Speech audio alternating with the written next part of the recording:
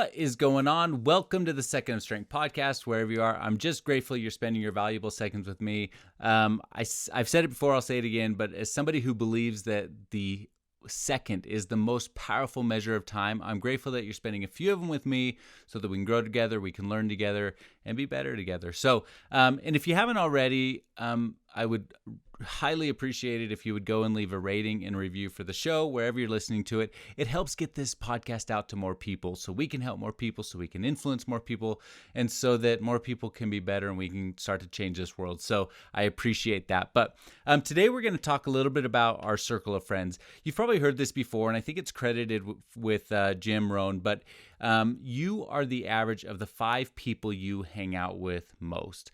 And we're going to talk a little bit about that today, why that matters, and what we're going to do about that, because I do believe that. I believe that the people that you surround yourself with do play a big part of who you are and who you become. And I actually don't even like to call it your circle of friends. I like to call it your circle of influence. So who is in the circle of influence that is surrounding you, that is impacting you? Because what happens is that who you surround yourself with, who is influencing your life, it really does have a major impact on who you are, what your behaviors are, who you become, how you adapt, where you're going, where you want to get to. So all of it matters. It matters who you surround yourself with. Because here's what happens is the people we surround ourselves with. You pick 5 people, and those are the people that you surround yourself with. You may have more and you may have less, kind of your core group of people, your friends, your influences.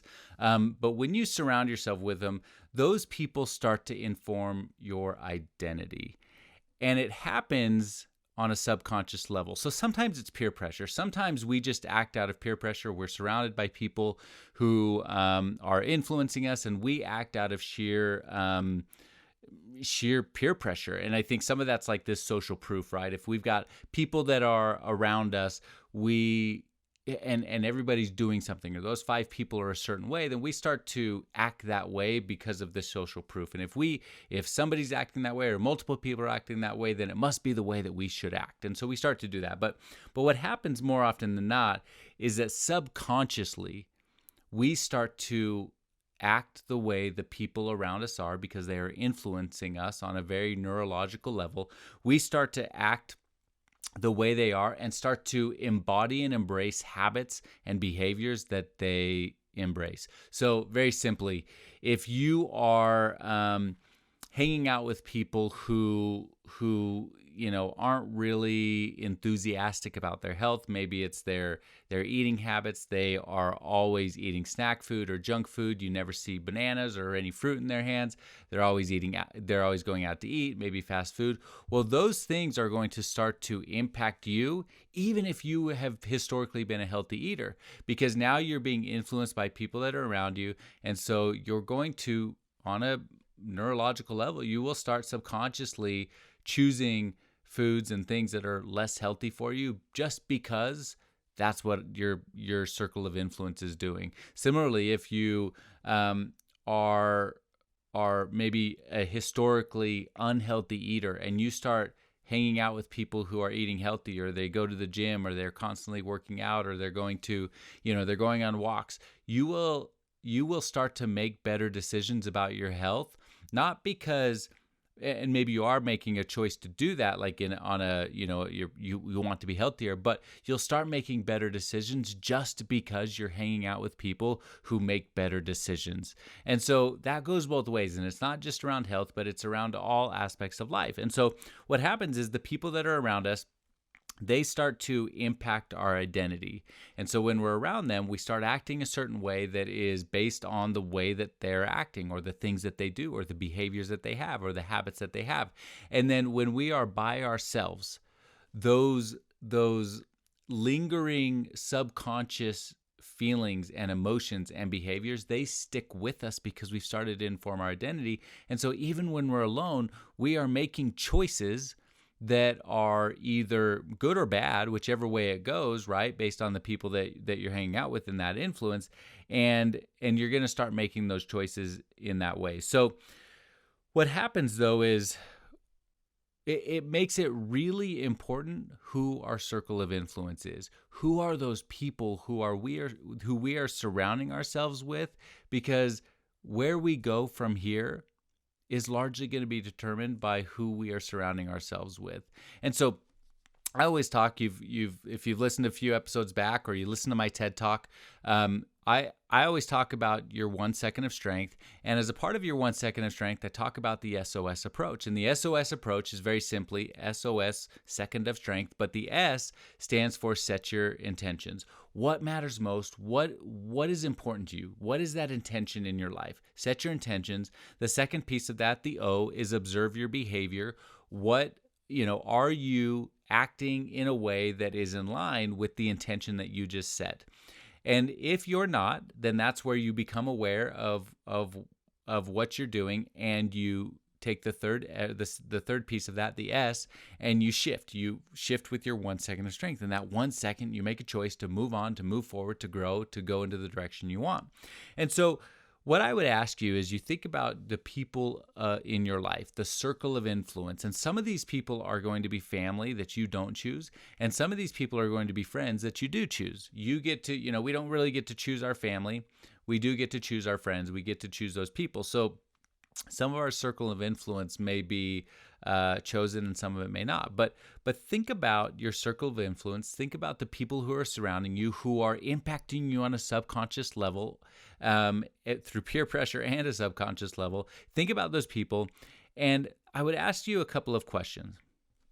What do you value in people in general? What do you value in people? If you were to just like wipe it clean, say you didn't have anybody in your circle of influence right now, what type of people would be the ideal person that you surround yourself with? What are those traits? What are those attributes? What are those things?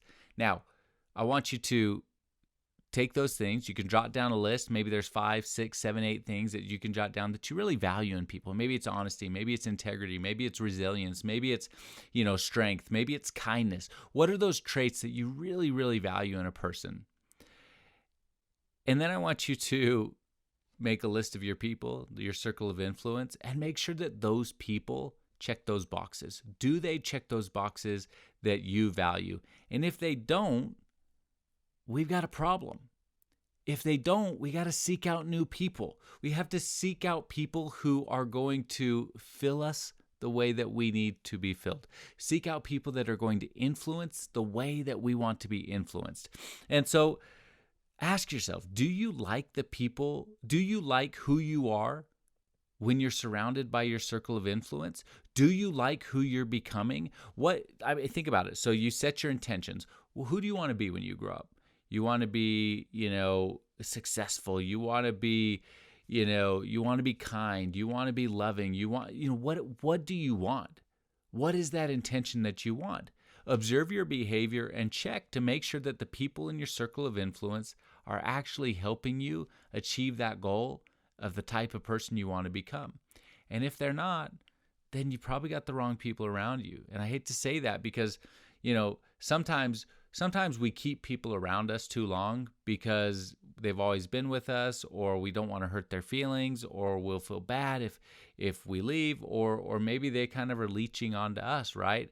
However, if somebody is not helping you reach the potential that you have inside of you or become the person that you want to become, then it's okay to walk away from those people. Or maybe you can't just like walk away. Maybe it's family, or it's a close friend, or someone that's been with you for a long time.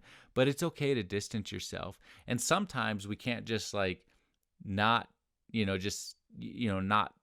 be with that person, but we can look for those other people and we can start surrounding ourselves with other people.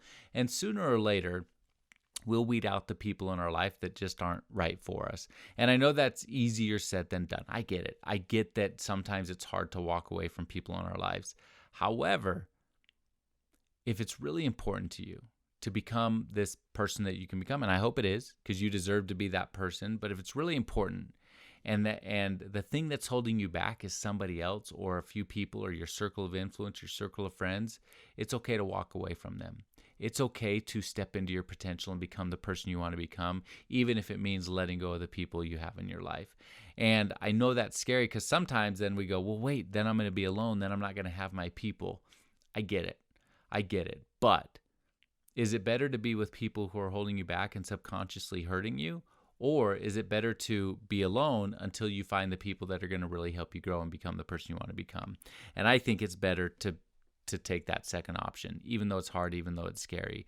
But I want you to be happy. I want you to grow. I want you to step into that potential. And to do that, you might just need to burn a couple of bridges.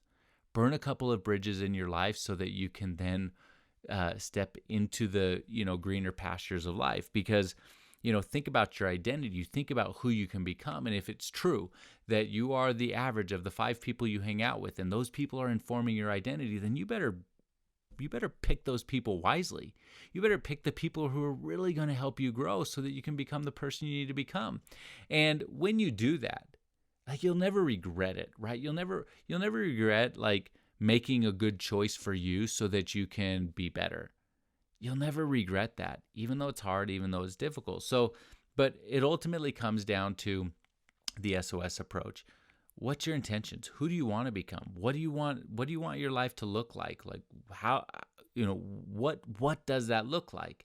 And then observe your behavior. And that might just be the people who are influencing you right now so that you can shift and step into your potential. So, and I know that when you do that, at the end of the day, you're going to get closer to the person you want to become, because we are the one person who lives with us all the time.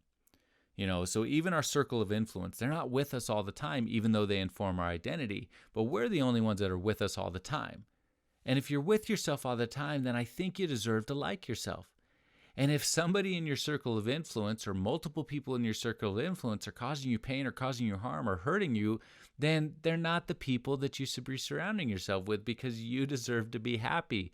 You deserve to be loved, and you deserve to be loved by yourself. And if people are influencing you and it's causing you to do things that you don't love about yourself, don't you see that that's a problem? Don't you see that you're worth more than that?